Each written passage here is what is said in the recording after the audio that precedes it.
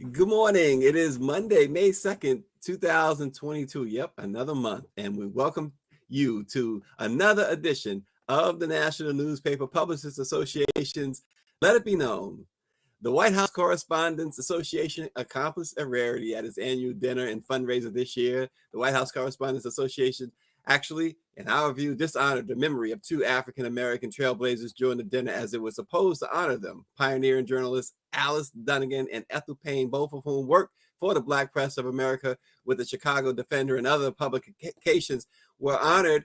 They became the first recipients of the WHCA's Dunnigan-Payne Prize. The two African-American women once served as members of the White House Press Corps. However, in doing so, the White House Correspondents Association failed to acknowledge National Newspaper Publishers Association's president and CEO, Dr. Benjamin F. Chavis Jr., who inexplicably was seated in the very back of the room out of the view of most attendees, including family members of the honorees and President Joe Biden, First Lady Jill Biden. We discussed that this morning with Sam Collins of the Washington Informer, our boy James Wright of the Washington Informer, and of course, Barrington Salmon of the National Newspaper Publishers Association. Actually, we are also joined by Dr. Chavis himself. Good morning, everybody. Good morning. Morning. Morning. Good. Well, it is a good morning. Weather is warming up, but look, let's jump into this. The 82-year-old National Newspaper Publishers Association, which is celebrating its 195th anniversary of the Black Press of America. And the NNPA, of course, represents the 230 plus African-American owned newspapers and media companies that comprise the Black Press, which includes the Chicago Defender. When the White House Correspondents Executive Director Stephen Thomas emailed us in December, he provided specific instructions for media outlets to secure seats and tables. The NNPA immediately complied with the request and not sent the check, but wired the fee for a table to cover the table and the funds needed for this seat. Well, later, Thomas said the NNPA would only receive 2 seats, placed us in the rear of the ballroom, and he never responded to numerous emails and telephone calls from the NNPA. However, WHCA President Stephen Portnoy and board member April Ryan, who received a rousing ovation at the dinner, did reach out to Dr. Chavis in an attempt to explain the snub. But Sam, Dr. Chavis, Barrington, and James, actually, we got to go to Dr. Chavis first on this. Doc, I know you are always very gracious, but Doc, there's no way that Dr. Benjamin Chavis, the man who has accomplished so much in the civil rights movement and otherwise, and is the head of the Black Press, was not recognized on a moment in which 2 trailblazing Black journalists were honored. Doc. Well, thank you very much, Stacey. It's not so much about me as it is about the Black press. I think that it was long overdue, first for the White House Correspondents Association to salute these 2 trailblazing African-American women journalists who had a hard time, but they were successful getting into the White House Correspondents Association. It has been a relatively exclusive group. Even after President Obama, the first African American to be elected president in 2008, you would have thought that the Correspondents Association for the White House would change. It is independent of the White House, keep in mind. And so, quite frankly, I was glad that you and I, Stacey, had a chance to be in the room so we could see what was going on and so that we could represent the National Newspaper Publishers Association. But in witnessing it, we also saw that there was still the White House Press Association, the White House Correspondents Association has a long, long ways to go before they are truly inclusive, before they're truly diverse, and before they even practice something called equity or equality. It's a long struggle. And we joined in the salute to April Ryan. She's been there for 25 years, representing first the American Urban Radio Network, and now she represents GRIO. So the tribute to her I thought was fitting. But I do think that the NMPA should have been treated more equitably at before the event, during the event, and even post event. Uh, Stacey, you should also explain that we're supposed to get a hard pass and explain what a hard pass is so you can go to the daily press briefings at the White House. That was supposed to give us that hard pass before the correspondence done it, but they also, as my understanding, have delayed giving the hard pass. So it's full of contradictions. But freedom is a constant struggle. We go, well, listen, our credibility is not in the balance to be weighed by the White House Correspondents Association. Our credibility comes from our community. Our reputation, our integrity comes that we represent the voice of Black America, and the Black press is 195 years old, obviously older than anybody that was in that room. Well, Doc,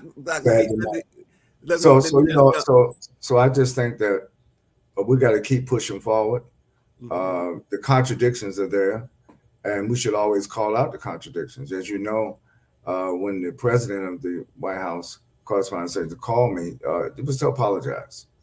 And April also called me. Wanted to make sure that we were at least getting at the dinner, although not properly seated. Yeah, well, April is a member of the White House Correspondents Association board. We certainly don't hold her responsible at all. We applaud April for 25 years as a correspondent. But Sam, I'm going to go to you. Again, we totally respect and understand and agree with the words of Dr. Chavis there. It's hard for somebody watching this, knowing the contributions of the Black press, knowing the contributions of Dr. Chavis, that they would just ignore the fact that he was in the room. Others didn't ignore that Dr. Chavis was in the room. Martha Stewart didn't ignore that Dr. Chavis was in the room. Fat Joe didn't ignore that. The White House Black media head, Erica Lowe, did not ignore that. The Congresswoman Joyce Beatty did not ignore that. They all made sure to approach and talk with Dr. Chavis. Sam, your thoughts? I think what happened with the NMPA and the White House Correspondents Association is indicative of any situation where Black people have a nation building mindset and where they are doing for self with their own institutions rather than integrating into other institutions. The Black press genealogically started at a time when Black people did not have any human rights in the United States. So it comes from that genealogy, which, despite all efforts to integrate into the press corps, still represents the antithesis of the American government. So, by the very nature of that relationship, the White House Correspondents Association or any other organ of the US government, whether overtly or not so overtly, cannot accept the NFPA for what it is or give it kudos, because doing so would be an acknowledgement of its origins and what happened during the time of its inception. And I frankly, I give kudos to the NFPA for being in such a position, because you have those of us within the media industry who will look at what happened this past weekend as an indication that the NFPA is not doing enough to appeal to the masses of the media industry, when in fact the NFPA, like Dr. Chavis said, is only beholden to the community. And I would even go further in saying that I don't really care for events such as the White House Correspondents' Dinner. I don't care to sit down across from leaders of empire and to laugh at them, to laugh with them about issues that people are going through every day. There is no making light of what is happening in American society just for one night. These are people who are not our friends. These are people who we hold accountable as the fourth branch of government, as journalism is called. And we should be able to maintain that distance. And the White House Correspondents' Dinner threatens our ability to do so. Well, it's interesting you say that too, Sam, because Trevor Noah, who is the special host there, did at the end of that night, he did implore journalists in America to look at journalists in the Ukraine and in Russia in that situation and not take for granted what we have here, which we know our journalists have done that. Lauren Burke, Barrington, I'll go to you, but Lauren Burke writes in that the White House Correspondents Association dinner is using April as the one special, quote unquote, one special Negro. No others are allowed. Black legacy press has never been accepted, she says. And, Lauren's been on the Hill a long time, very experienced. Barrington, I'll throw it to you. The thing for me, I concur with everything that Sam and Dr. Chavis said. For me, I look at that and I shake my head, because the big thing in Washington is making sure that the big thing for mainstream media in Washington, making sure that they have access to these people in government who most of the time are going to lie and make stuff up. And the coziness with, folks are allowed to have fun and stuff, but the coziness with which these people interact is troubling. I think that what we saw this weekend with the way that NPA was treated was just magnification, amplification of the reality that they do everything they can to try to erase us, try to put us in the back and that type of stuff. But 197 years speaks for itself. And as Sam said, we have to continue to speak out against empire, to speak out against colonialism and racism and all of these things that we've been battling and fighting with since we came to this country and even before. Yeah, and I want to be clear, James. So the NNPA's executive administrator, Claudette Perry, immediately responded to the White House Correspondents Association, like I said, with a wire transfer of the funds for 10 seats, an entire table. No one gave any specific rules against us having a table. We did later hear that, well, if you're an association member, a full member or whatever, we are, Dr. Chavis and I both are associate members. In fact, once we received the hard pass, which is now scheduled for June 2nd, we are supposedly full members. They gave others 4 tables. In fact, I'm going to be very transparent here. They told us in a way to appease us at the end there was that, well, you'll be sitting at the table with CNN. That was not true. We were sitting at the table with foreign journalists who were glad to be there, but nonetheless, it was not CNN. CNN had multiple tables, including a couple of tables in front of us, including tables on the floor. We know that others have 4 tables. We couldn't get one table. We paid for, again, Ms. Perry sent in a check for an entire table, James. They sent the money back saying you can only get 2 seats. And this was later. We had already had plans. There were individuals that we wanted to be there, other journalists, other Black journalists that we wanted to be there. And then we were told it was 2 seats, James. Well, for full disclosure, during the 1990s, I was with the Afro-American newspaper, and I held the White House press pass during that time. I went to the White House many times for the Clinton administration in terms of stories. And even though the Afro at that time had, could go to the, that dinner, we just chose not to. And the reason is because we thought it was a waste of time, because everybody was drunk and drinking and as Barrington said, telling lies and stuff like that. So that's not really what we, believed in the Afro at that time. And I didn't go because I just didn't like that kind of pretentiousness. And I just didn't go to it. That White House dinner has become a staple in the official Washington. And so we're just going to have to tolerate it. I commend Dr. Chavis for even just being there and tolerating it, and you too. I would suggest we continue to, as NNPA, continue to engage that event. But that's just official Washington, and really, honestly, it's meaningless unless they're giving scholarships to kids in DC schools to study journalism. Well, and we will, again, one of the importance of the Black press being there was, among the important reasons was the fact that you had 2 alumni of the National Newspaper Publishers Association being awarded, being honored. And it was only right that Dr. Chavis was representing as the president and CEO of the National Newspaper Publishers Association. It was a good night. It was still a good night. We did enjoy ourselves. The boss and I were able to talk about things. We got to meet so many different people. Like I said, so much love shown to Dr. Chavis. The Congresswoman Joyce Beatty said to me, "You better go get my friend Dr. Ben and bring him over here." I ran into Fat Joe. He says, "You better," and I'm not exaggerating. Fat Joe, we were in the lobby, and he says, "You have to take me to Dr. Ben." I says, "Well, we are way in the back." He said, "I don't care where Dr. Ben is. You're going to take me to Dr. Ben." Martha Stewart, bring Dr. Chavis over here. So people recognize the importance of Dr. Chavis and the National Newspaper Publishers Association. So I just want to leave it at that. Lauren Burke does say it's a networking event. Being in a room and networking is the entire point, as its connections with sources you only see once a year. Same with the receptions. And this is, Lauren, the full transparency. Lauren was on the list of journalists that we had intended to bring had they honored our request for the for the table. So we really understand that what Lauren is saying, and that's the point of it. But we're going to move on. Dr. Chavis and company.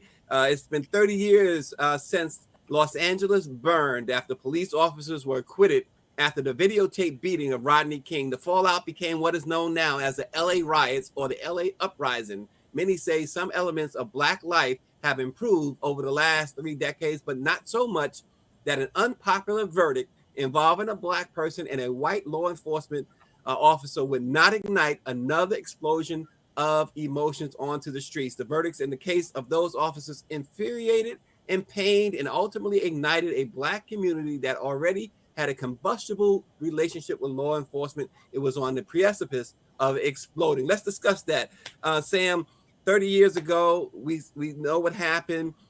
A couple of years ago, the George Floyd situation, attorney Carl Douglas, who represented O.J. Simpson and others, said that these things are cyclical. They keep happening. What must we do, Sam, to stop this from happening? I think what we do depends on our ability to see ourselves as separate from these institutions. I think that's where it comes down to first. And it comes down to us doing for ourselves in regards to law enforcement and taking control of our communities, and us stop depending on police officers. There's a schism going on within the community right now in terms of whether we need police officers, and the intra-community violence is not really helping that discussion, because on one hand, we see the Rodney King beatings, we see the George Floyd murder, and so many other instances, but at the very same time, when person A kills person B, there's a call for more law enforcement, not keeping in mind that there are a bunch of other underlying issues that leads to intra-community violence. So, of course, the first instinct would be to take to the streets again and protest and burn down things, of course, but we're talking about deeper issues that we need to get to the root of, about why it is that we feel the need to have police. And what is it that we should be doing in our communities, Black men in particular, to take control of our communities and to protect one another so that we don't need police officers and we don't feel the need to have police officers. And another thing I'll add is, as has been pointed out by the Honorable Marcus Messiah Garvey and other people, police are around to protect institutions, not people. So we got to get into a building mindset where we understand our relationship to the police and why it is that they are not protecting us, but rather protecting institutions that are bringing money. Yeah, Barrington, Black people, according to an analysis, Black people make up less than 10% of the population in Los Angeles County, but 24% of law enforcement killings. This continues to go on. The economic disparities that concern Black people in 1992 also persist today. Yeah, I don't know when we're going to understand that the United States is a monolith, a system of empire, a system of economic exploitation. If you consider the fact that at the turn of the last century, African Americans had about 1% of America's wealth, and in 2022, it's the same thing, same 1%. The thing that I look at is that there was a moment after they had killed George Floyd, cops had killed George Floyd, where the establishment was so afraid because so many millions of all types of people were on the street demanding changes accountability and responsibility for cops. But it didn't take long for conservative forces and for those other folks who are anti-Black, anti-race, anti-Black racists to change the narrative.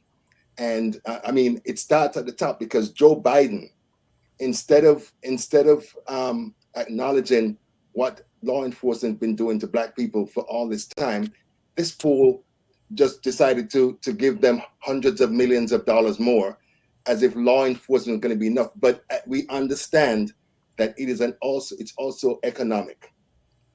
They continue to take away Black and brown people, more Black women, and put them in jail because it makes them money. The so-called criminal justice system is an $80 billion a year project. And America, as we know, has the most people behind bars of any country in the world, 2.3 million people, 60% Black and Latino. So until we begin, as Sam said, to understand what we're facing, and to me, I believe that you need to have people, as they said in the 60s, in the streets and on the streets, because you can't just, if Dr. Chavis is going to the White House to talk to Joe Biden's just a talking head. He's just a talking head, and he'll make all these promises about what he's gonna do, and unless there's pressure on him to do it, he ain't gonna do it. So they have to understand that if they don't do it, you're gonna burn some stuff down, and then I think you'll see some changes.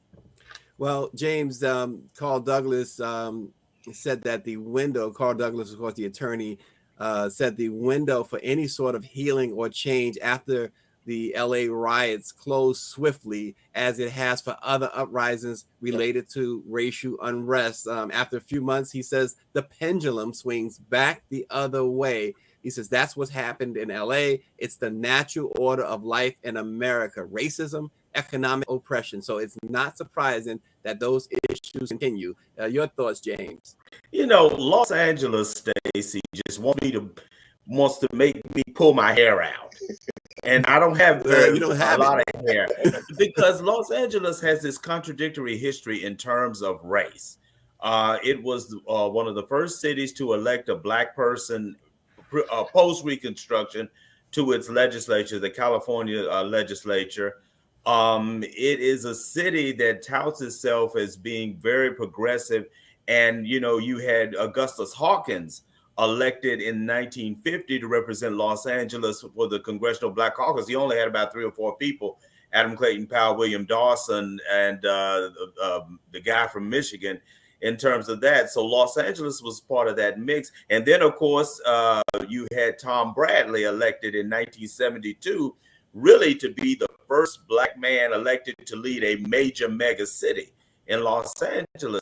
So, and then you have on the other side, Stacey, Daryl Gates, that racist redneck police chief. Daryl Gates was very racist. And I'm saying it because that's just what he was. Mm-hmm. And by the way, remember the uprising in 1965, the Watts uprising? Yep. What happened the next year, Stacey? Ronald Reagan was elected governor of California. So that's why you have it's such a contradictory place. You know, Sam and Barrington talked about the police and that sort of thing, but I put the foot on Los Angeles itself to get its act together. Good grief, I know what to get in Birmingham, but what do I get in Los Angeles? It's a contradiction. Yeah, from Birmingham to Los Angeles. Look, this is something that continues to go on. We know we have talked about it ad nauseum. We continue to talk about it because we are the Black press of America, and we will continue to speak truth to power on it, as you gentlemen have done so well this morning. Before we close this morning, and Dr. Chavis, I certainly want you to weigh in on this topic. We're going to talk a few minutes about Colin Kaepernick. So the Las Vegas Raiders, are they going to sign him? As Colin Kaepernick continues training for a possible NFL comeback, one owner is apparently intrigued by the idea of signing the Super Bowl quarterback. He said Mark Davis, the owner of the Raiders, of course, it figures would be the Raiders, and figures would be Davis, right? Somebody named Davis, because Al Davis was that renegade that the NFL sorely misses. on NBC Sports Race in America, a candid conversation. Mark Davis said he is interested in bringing in Colin Kaepernick. Well, it's Dr. Chavez, I'm going to throw it to you. It's time for talk on Colin Kaepernick. Should have been over a long time ago. It's time for action. You said you want to sign him. Go ahead and sign him. Well, we will see. And I just want to make a historical point about the LA uprising and all of our uprisings. Uprisings happen because of the contradictions of history. At a certain point, our cup runs over and we rise up. But rising up is not in itself liberation. Rising up is a pathway toward liberation, towards self-determination, towards sustainability. And I think that too often we wait till there's an uprising to articulate where we're going, where we need to go, and how we need to go to get there. I just want to point out that the Los Angeles Sentinel, led by Danny Bakewell, was so prevalent during the name of Rodney King. And there have been many documentaries over the past week. And I don't know if these interviews have seen Dan Bakewell on, who's a former chair of the National Newspaper Publishers Association. One of the things about all these quote unquote uprisings, where was the black press? Right at the center, at the front line, articulating, giving value, and giving lessons. Because to me, we should learn from our history, not necessarily repeat it. And I think that each generation, particularly, I'm so encouraged. I'm encouraged. I'm not pessimistic. You've heard me say this before on this program. I'm not pessimistic. I'm not cynical. I think our young people today have a greater opportunity than ever before, but we have to make sure they get the right history. That's why they're having this debate now about critical race theory. They don't want not only black kids or black students to know the truth, they don't want white kids to know the truth either. They want Latino kids or Native American. I think that this is a struggle for truth. And I'm so pleased that the black press, despite how we are treated by others, our mission is to plead our own cause. And we will continue to plead our own cause. I got up early this morning. I'm in Phoenix because we're getting ready to have a forum now on the mental health and Black America. And that's something that we have to address ourselves rather than let people external to our community make us think that all of us are crazy. I think that some of us definitely, you can't live in America without being traumatized if you are African descent, and not coming to grips with some of the trauma that we continue to face also adds to our vulnerability. So I'm just thankful. Look, I woke up this morning with freedom on my mind, and I will wake up tomorrow with freedom on my mind in terms of what am I going to do while I'm awake, and I think that this program, Let It Be Known, I'm so glad that every morning, Monday through Friday, Stacey, you're able to do Let It Be Known, so that we can have commentary, so we can not only respond to the headlines, but give our brothers and sisters, particularly our young people, a sense of how they can be encouraged to take our struggle for freedom, justice, and equality to the next level of success. Well, on June 2nd, Let It Be Known, we'll celebrate its 350th episode. So join us then. But guys, quickly, Colin Kaepernick, I want to go around the table real quick. Start with you, Barrington. That situation. Will the Raiders sign him? No, I think Mark Davis is just doing it to get some play. If he wanted to do it, he wouldn't have to publicize anything like Doc said. He would have just done it. I think that and Mark is still a part of the White Boys Club, the football, the owners.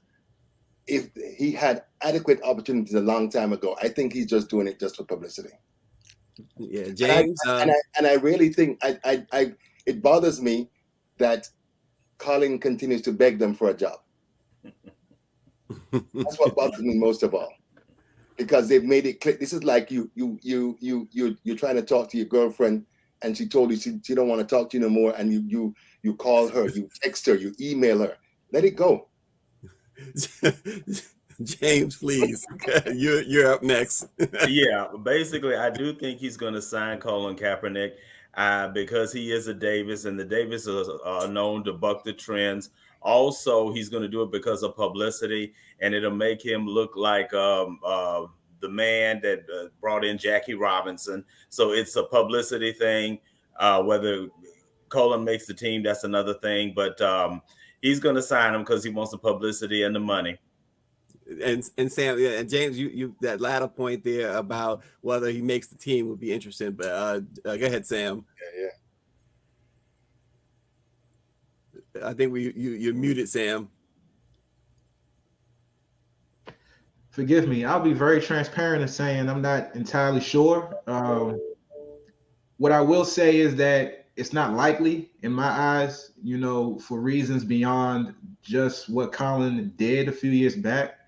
And I'm not really a fan of Colin being unsure about his legacy in this whole thing. I would really like to see Colin be at peace with what happened to him in the NFL and blaze a path forward in a new chapter where he's doing, you know, things wholeheartedly outside of the NFL. But if he wants to get signed, that's on him. Whether they're going to sign him, I'm not entirely sure. And if they do sign him, will he get playing time? I think that's the question. There's a difference between getting signed and actually getting playing time and respect. He might ride the bench for all we know. You know, a lot of this stuff is very performative at the end of the day. Yeah. We'll see what happens, but appreciate all your thoughts on that. Dr. Chavez, we know that in June, our convention is coming up, the NNPA Summer Convention.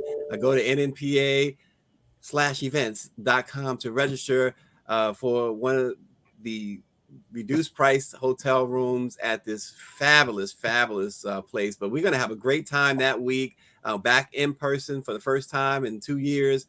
The NNPA's Summer Conference headlined by the fabulous Stephanie Mills. 195 years of the Black press will be celebrating in a big way. And Stephanie Mills, as Dr. Chavez has pointed out many times, and as she, more importantly, as she's demonstrated time and again, is a huge supporter of the Black press, still reads the Black press on a regular basis. So we look forward to that. Join us in New Orleans, June 22nd. Thanks for joining.